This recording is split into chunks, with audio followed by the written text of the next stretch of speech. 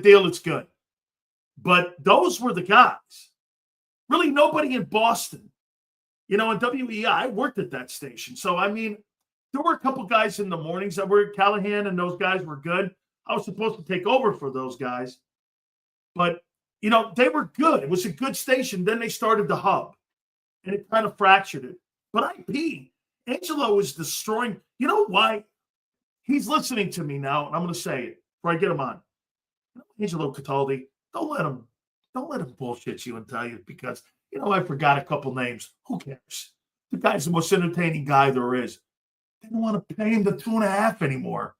That's what they don't want to do. They don't want to pay him the 2.5. They'd rather pay guys $1.60 and say this. Hey, come. It's a great opportunity to come here and work at WIP. For $160,000? No, thank you. With all that being said, I can't wait to get him on here now with this. Our friend.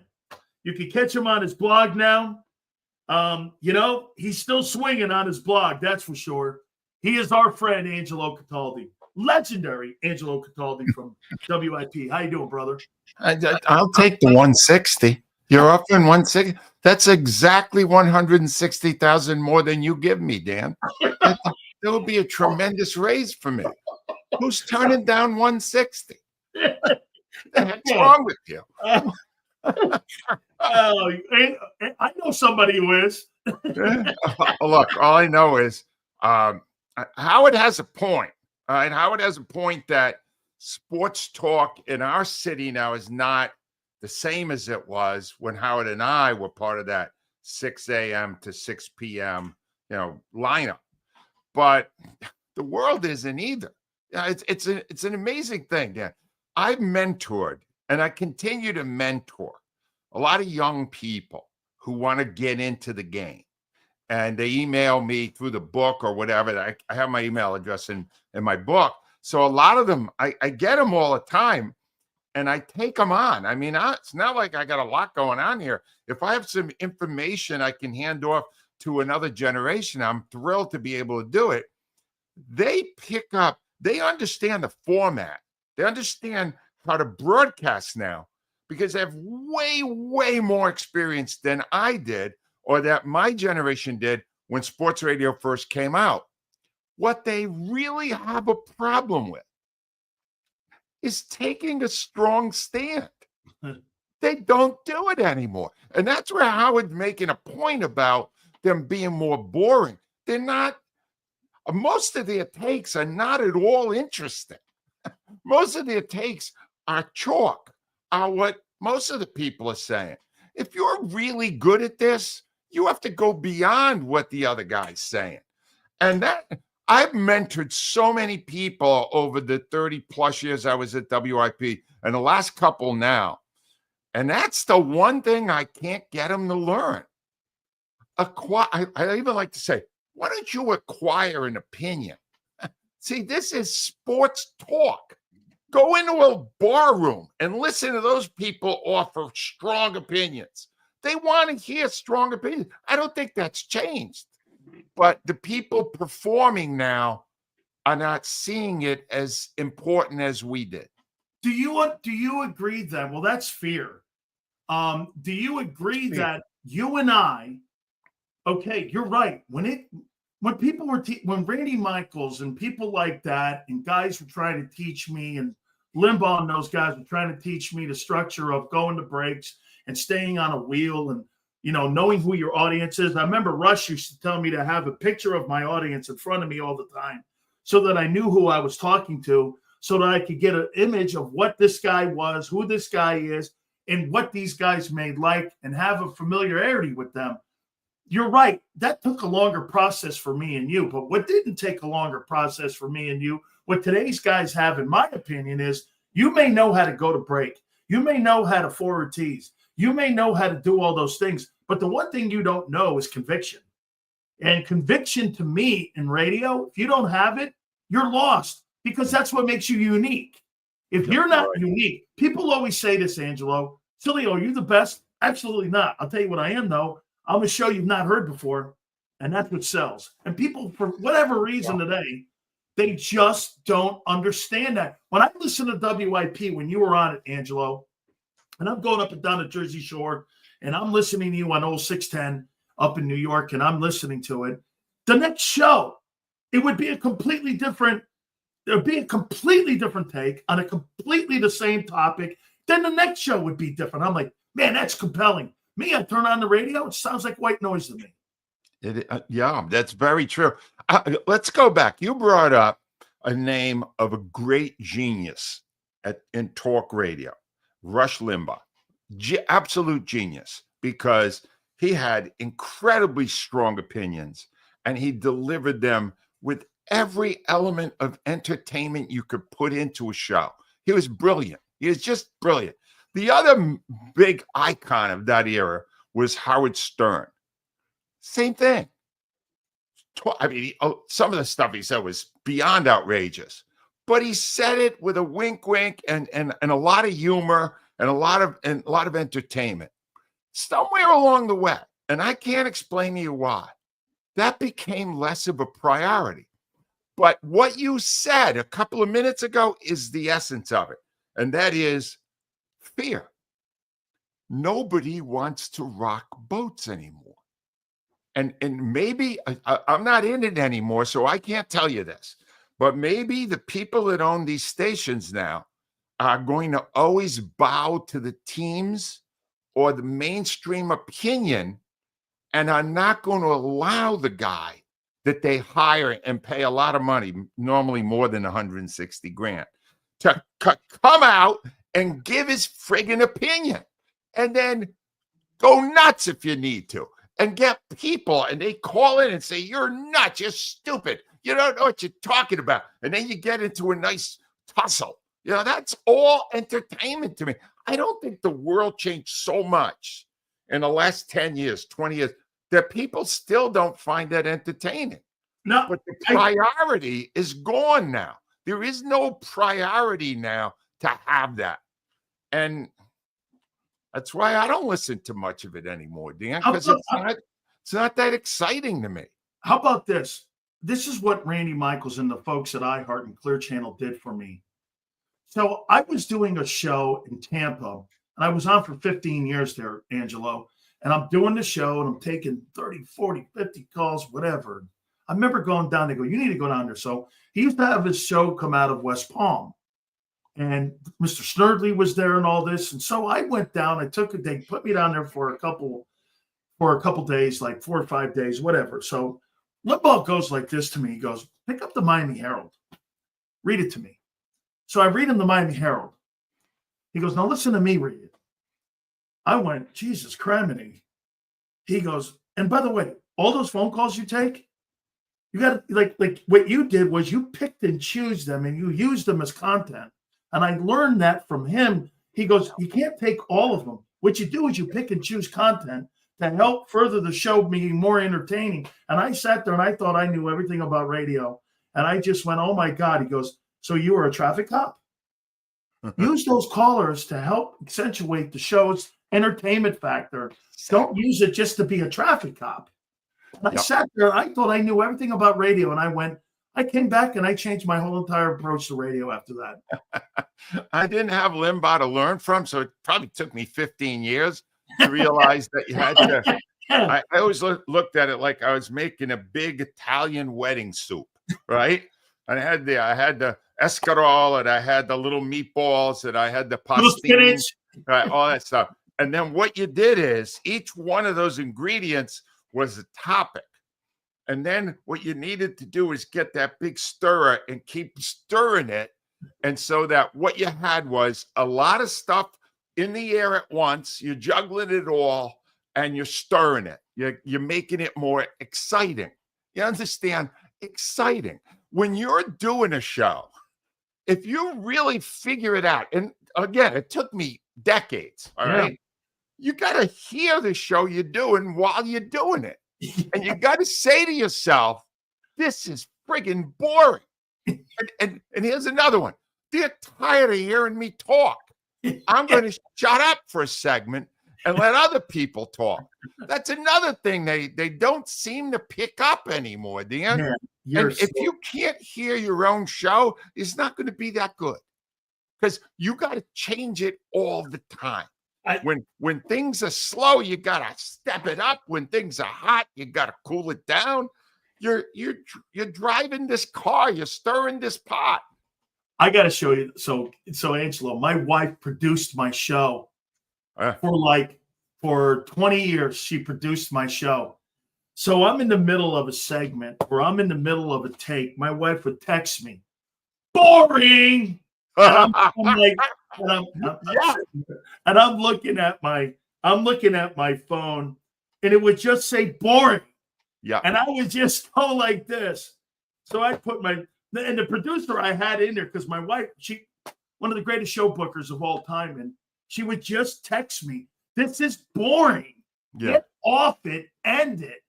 And so having people like that around you also in the building is so important on a show's success, because sometimes what you just said, Angelo, we can't hear it. We don't know where it's landing. But when you have somebody like you had for a producer that knew where it was landing, that was also what made you successful. You read my mind. It was Joe Wechter. You know how you said you'd pick from the list of the callers? Yes. Joe prioritized them for me. Joe knew when he needed to get to another topic, or he had somebody on that was going to really get things kicked off, and he would put them at the top, and I would hit it automatically. I didn't normally have to pick through it because Joe already knew where it was going and how it was going there. And if you have a great producer like we did, that makes your job way easier. But it's hard. You know, the thing is, I don't know how much effect the podcasts have had on this, because there are podcasts now that do what I did, what Rush did, what all of the guys did a generation ago. And it seems like they fill that breach. It's like the strong opinions in sports now, you'll usually find on social media or comments at the end of a story. You won't hear them as much on mainstream terrestrial radio, or maybe even these satellite radio right now. All I could tell you is it changed, and I think Howard's right that it didn't change for the better. No, it did. One thing, Howard, you can say what you want about Howard, right? And his big mistake was he became too kind to the Eagles. Way too kind. All right. But Howard knew entertainment. He knew how to stir trouble up and get things going and have action. And it doesn't seem to be a priority the same way. A lot of people just giving you usual common takes, which are boring. Let me ask you this, Angelo. I'll ask you the same question I asked Howard. What do you make, and are you proud of what's going on at WIP right now? I mean, do you like the station? I listen to the station, and I do, and I listen to it, and I'm like, man, it's so freaking different. And maybe I'm older, and I was at the generation after you. I stand on your shoulders, and some other folks that I looked up to when I wanted to get into the business. And I don't know, somewhere in consolidation where we decided to consolidate, we forgot to nurture young talent, weekend talent that turned out to be the weekday talent, that turned out to be the star talent in mornings or afternoons or what have you. I mean, I don't hear that on that station. And he wasn't, and his son's there. And he says there's a lot of shows on that station now that are boring. That could make for a really awkward Thanksgiving. Howard and his son Spike, they've had that dynamic for many, many years. I'm going to be honest. I kind of already said to you, I don't listen enough. I can tell you this. I worked with Hugh Douglas. Hugh Douglas is terrific.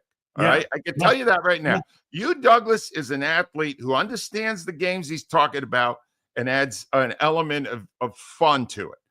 Ike Reese, same thing. All right. So you got those two things. And on our morning show, Rhea Hughes. You got to use her more, guys. I've made that clear to everyone who ever wanted to hear me. The woman is fantastic and should be taking a back seat to no one. And she didn't on our show. When Rhea needed to say something, Rhea said it. Bring it in, Rhea. I would give this gesture. Come on, let's hear it. And then she would say, "You're an idiot. You're You a think moron." you think she's taking a backseat on that current show now? Not enough. I guess now she's emerged more in the past few months, and I'm happy to hear that they are using her more. She is a brilliant opinion maker. And Dan, here's the other thing you need to know if you're going to be in sports talk radio. You need to know what the fans care about. Yeah. You got to pick the right topics. And the last 3 years, when I was already in my dotage, I was practically in a wheelchair, right? The last 3 years, Rhea was doing most of that. Rhea was saying to me, "You can't lead with that. Lead with this." Yes, Rhea. She knows exactly what connects with the audience. And that's a hard thing to learn too. But overall, I would just say this. It's a different generation with a different priority than it is now. And I guess a lot more difficulty getting advertising because there are so many podcasts and so many other things out there that are basically saturating the market for advertising. So it's a harder game now. Before I move on to a couple legal questions for you, I want to ask you this though. How hard would it be for you to do a show today when the Eagles are up WIP's management's ass every day on stuff that was being said? I mean, for you, Yeah. Wait a minute. Okay, now you're rolling your eyes. I know where you're going. Ain't no problem for me. I got it. But do you think for the current guys, I should say, right, that it's a problem people on did how it. you can be open and honest about covering a team? This is not a hypothetical because I dealt with it. I dealt with it 25 years ago when Jeff Lurie tried to get CBS and WIP to silence me, to get me off the air, to get me out of there because I was not saying what he wanted to hear. He never appeared on our show after the first year because he didn't like what he was hearing. You know what he was hearing? Criticism. He's a billionaire. Billionaires don't like to hear criticism. Why do you think they surround themselves with people that tell them how great they are? Because they have that ability to insulate themselves. Only it was sneaking through. Even if he wasn't listening, somebody was going to him. See what that jackass in the morning on WIP said about you? How do you let that happen? They're the flagship station for your team. Stop them. And I could just tell you now that the minute a company came to me, they tried a couple of times, and I just said, "Fire me." But it was far enough along, Dan, to where if they did fire me, there would be financial repercussions on that side. They would lose advertising. I had a lot of advertisers. A lot of people were advertising because our show is doing well, and I was getting a lot of credit for that. That's success. why you and Rush were able to go over the edge a little because you knew this. Because Rush said the same thing to me. He goes, "Well, when I can say criticism about Obama and use kind of crazy comments about Obama, they're not going to go with a guy who's making $600 million for your company because of the advertising he has. Yeah. And somebody's making $2-3 million in advertising like you are for WIP. I mean, you go like this, fine, fire me. That's not that easy of a corporate decision to do." But I always did that. It wouldn't have mattered if somebody hired me to do that job, and that part of that job was give you a strong opinion. And then they suddenly told me what my opinion was or soften my opinion, I would say no. I would just say no. You know what? Because you have to have enough faith in yourself to know that hack, that empty suit that is telling you what to say or do is not doing it. It's not going to connect with your audience. So you are committing professional suicide if you listen to them. So Dan, and it's in the book. I'm not trying to sell my book. My book is almost 3 years out now. But I just told him to go to hell. I got in clause in my contract that my boss couldn't talk to me. You can't, even Rush didn't get that. Yeah, now no here's way. Rush. Rush is up here and I'm down here in the radio world. But let me tell you, there's only one guy who ever got in his contract. The boss can't talk to me if I don't want to talk to him. I'm the only one. And that is how I want to be remembered. As such an asshole that I put it in the contract. Oh my God, one of the greatest clauses I've ever heard. It is. Give me a bit of advice then on this. So in Philadelphia, NBC Sports, Philadelphia's talent cannot come on my show. I've got even people on my own network that pause because of criticism that I give certain people that it would make them look bad. There's people on Fanatic. There's people all over. Carton told me that Fox has been contacted by the Eagles not to put some of their talent on my program. What advice would you give to your young protege here, Dan Sileo, when you hear that the Eagles have circled the wagons here, making sure that a lot of those guys don't want to come on my program? When you say talent, do you mean players? Are you referring specifically to players? Players or right. Management? Let me start with players. Players usually suck. All right. You're losing nothing when you put a player on the air, unless maybe there's 2 or 3 on each team. The rest of them are boring as hell. They're coming on for 10 minutes to try to say nothing. No, you don't need them. And management, again, somehow, I don't know how I did it. I don't either.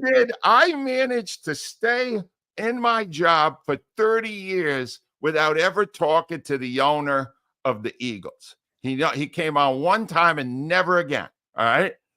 And then if you listen to him, would anyone in their car in a traffic jam want to hear that pomposity for 40 or 50 freaking minutes, telling everybody how great he is? Congratulations. Well, I put together quite an organization. You know, I said years ago I would make the Niners my model.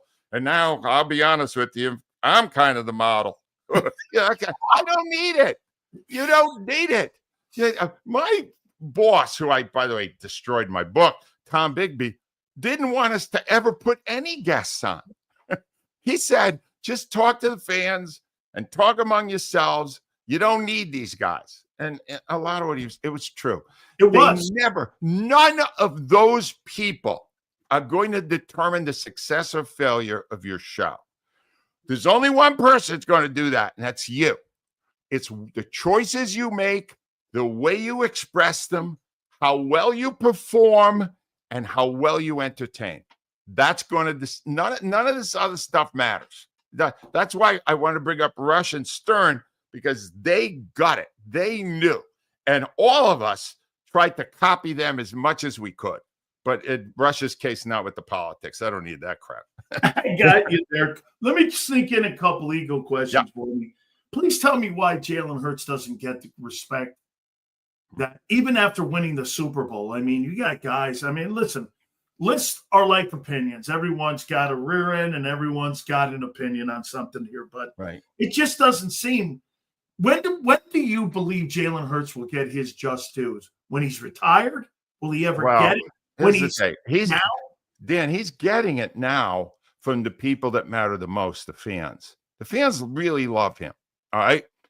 Not the way you would a guy who was, soft and cuddly, because he's not that. He's not super fan friendly with flamboyant remarks and things of that nature. But in the game, when they're watching that man play, they are loving him. All right. The media in the city, it's not an issue, I don't think. Nationally, it's more of an issue. And it's more of an issue. I don't even have a good reason. Dan, I can't. Maybe it's a bias against Philadelphia because they hate to see the Eagles winning championships now. Maybe it's the fact that he's not good for their business because he doesn't say crazy. He's not like Aaron Rodgers, who's always got some crazy thing going on that's stirring up trouble. Or all the Mahomes, or he's not. Or even Mahomes. Right, Mahomes got his wife, right? Taylor Swift up there, chugging and all that stuff. There's none of that with Hurts. It's no nonsense winning football, and the fans know how valuable that is. The media, the national media, you know what? The more I paid attention to the national media, the more I realized that none of them, not one of them, Dan, was actually giving you an unfettered opinion that wasn't totally altered by their perception of what they were doing with their audience. If they thought people didn't like Hurts, they might take the side that they did. This Chris Sims, all right? He's the worst of them, all right? He is a hack, all right? I'll say he's a freaking hack. Yeah. And the fact of the matter is, he's just looking for attention, right? His father didn't need that because his father could play football. That was great. He sucked at football and now sucks at media. Maybe he should try a third career. Maybe that would work out better for him. I'm going to ask you the last one here, Angelo. And last year, you and me, man, I don't know, we were kind of like with the opinions on the Eagles, man. 5 wins. I said 9 wins, 7 wins. Yep. I'm saying they're not repeating. What are you saying? You are saying that? Yeah, they're not repeating. No way. You know they still got Nick Sirianni, right? That's one of the reasons why I'm saying they're not. Yes. Yeah, they're look, again. Why am I done? Yeah, they're not repeating. They're not repeating for one reason above all the others. Kevin Petullo. I'm not even waiting for training camp to look at my target. And it is the Bobo that Nick Sirianni put in as his offensive coordinator. All right. Because all Kevin Petullo represents is that Nick Sirianni is going to be more involved in the offense than he was last season. And that is a recipe for disaster. All right. He is his self-appointed Bobo. And I'm telling you right now, and I couldn't pick Kevin Petullo out of a police lineup. And I could tell you right now, the 2 times that Nick Sirianni had people brought in as his coordinators, he did great, made it to Super Bowl. The 2 times he put his own people in, they sucked. I'm going to consider that trend continues. But I am not prepared, and may never be prepared, to give you a number this year, because I will never live down last year's number. I'm with you. Angelo, what do we have on the blog, man? What's going down? I just want to say one other thing. I got to just get this off my chest because it's driving me to distraction. It's got to be Rob Thompson. This tops, yeah. It goes right back into our original conversation about the softening of sports talk in Philadelphia. If I were on today, I would be crucified for being on an all-out assault at Rob Thompson. Rob Thompson is a horrible manager. He is impossibly awful at his job. And no one, when I say no one, I mean no one. He's terrible. Will come out and say it, except the dozens of emails every day I get from people that are driven to distraction about his stupid decisions. His management of the bullpen, his use of people off the bench, his lineups. He's so bad. Oh, and here's the thing, and I took pride in this. We helped to get people fired in my time there. We did. Now, a lot of people go, oh, I don't want anybody to lose their job. Good, I do. All right. I want them to lose their job if they suck. If they're driving me nuts every night, I would like to see them in a chaise lounge in their backyard smoking a stogie. All right.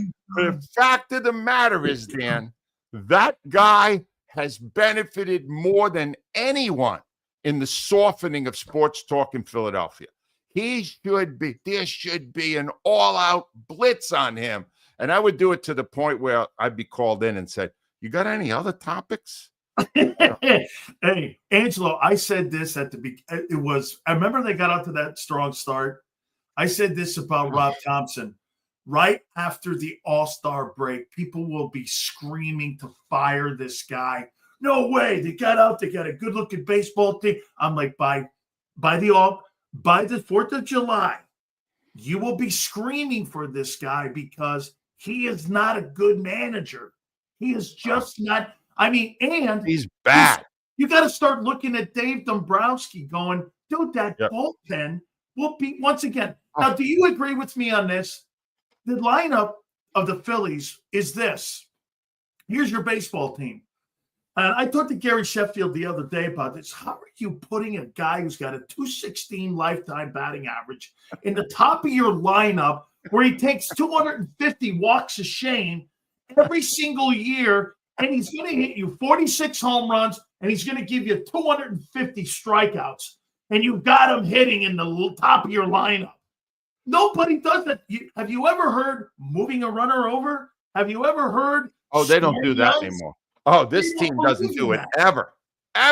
No, they don't. None of that is. Do you understand? These decisions are being made by a group. Just picture like a nerd convention. Like I went to the American Library Association convention 2 weeks ago, and it was a lot of people with thick glasses and pocket protectors, right? And I went, wow, these must be some of the people from the Phillies analytics department, because these guys are making these stupid decisions, and Thompson's going along with them.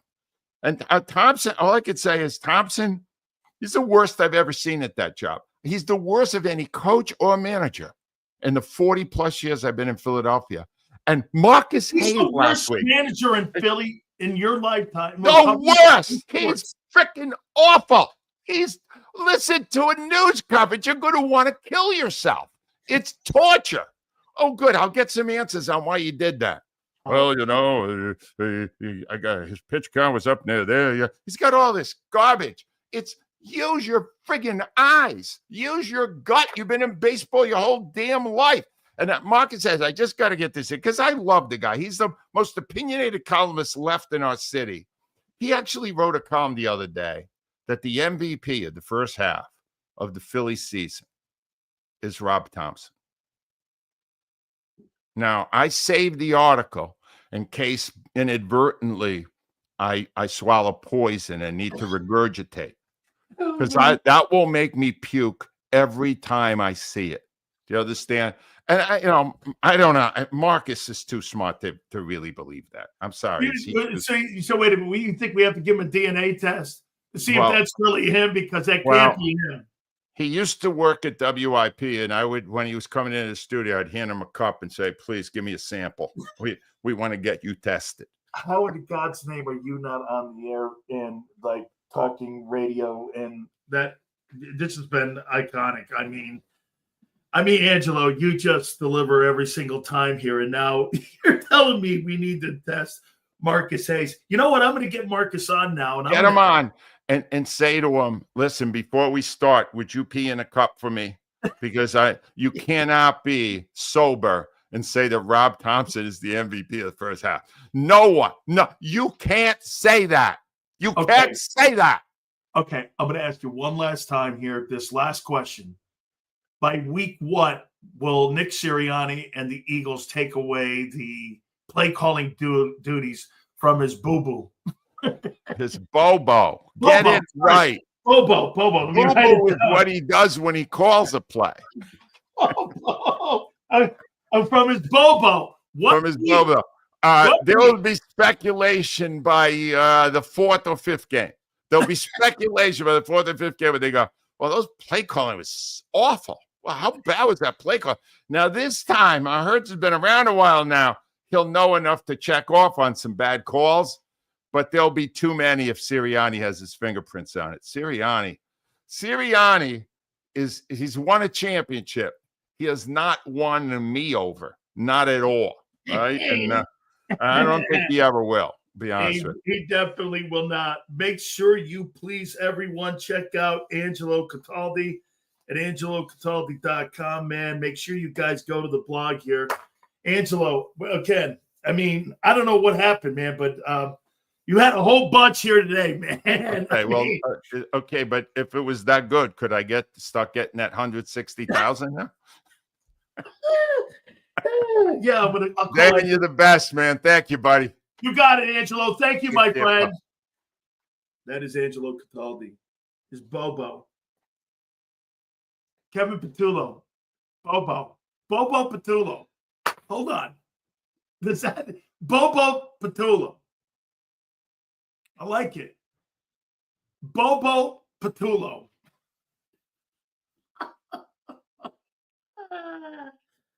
Oh my God, by week 4, Bobo Patullo. Oh my God, that's too good, man. Holy dog. I can't get over that. I told you that'd be entertaining. By the way, that's what sports talk radio used to be like right there. Well, yours truly still part of that. Hey, so what do you guys think? You think Jalen Hurts is the best quarterback in the history of the National Football League? So what do you think? Nicky Sirianni's on his way to the Hall of Fame? I just not cut that way. Oh, man. You know, get all funny and stuff, man. These guys today, man. Holy, but on to me. It's kind of like unbecoming, right? Holy man, oh man. Bobo Patullo. Yeah, that's a new name here. Bobo Patullo will be changed out by week 4. That's after the Buck game. Hit the like button here, folks. Bobo Patullo. As the passing game coordinator, Kevin Patullo has met to have Jalen throw for 4K and 30 TDs. Jalen's going to go 28K and 19 TDs, says Drew with Bobo Patullo. Yeah. Here's Senorita. I'm sure Senorita Sills squirmed like that when he saw Nicky and Hurts holding up the Lombardi trophy. That's not true. Congratulations to the fellas. The two cabooses. Hey, I have no problem with the two cabooses. Hey, I like that one too. The two cabooses. I like that. The cabooses. I got a better with Geppetto and Pinocchio. Hey, look at this. Patullo, Bill Belichick. Of course he is. Don't know what that is. Bobo Patullo. Oh my God. Fucking Bobo Patullo. He'll be canned by week 4. And there's old Nick taking over the play calling duties. Sills and Angie, the two cabooses of Sports Talk Radio. Yeah, I know. Yeah. The two cabooses. By the way, here's a nice Jalen Hurts stat for you. In 2024, Jalen Hurts is the 8th highest paid quarterback in pro football. He had 0 3 TD passing games for the entire year. The 8th highest paid QB. The 8th highest paid caboose. Not one game did he have with 3 TD passes in it. The entire 2024. That's value. Go get him. How you doing? Right? What's my point? He's a fucking caboose. That's my point. Don't you listen, Junior? Stats matter again? No. Saquon Barkley's rushing matters. Okay? He's a caboose. Take the stats away. Don't have to throw a lot when your team is dominating the other team by running the ball. I know. I got it. Caboose. Get this. You're right. No 3D passing game at all last year in any game. You're right. Caboose. Then why are you here? You sound like the guy over at Crossing and Cross-Dressing Broad. Thank you. How many rushing TDs? Nobody said he wasn't a good running back. Nobody said that. Sills wants Hurts to throw. No. I want him to be a quarterback. Actually, he is. He's just not a talented quarterback. He's a talented player. I'll take that back. He is. Okay? Does it matter what's the score say? No. That's why he doesn't get his respect. Why do you think Hurts doesn't get his national respect? He's won the MVP award. Why do you think? Let me guess. If they hate Philly. Quarterbacks that throw a lot have to throw a lot because their teams are down. No, they have to throw a lot because their teams are bad. That's why. Get it right.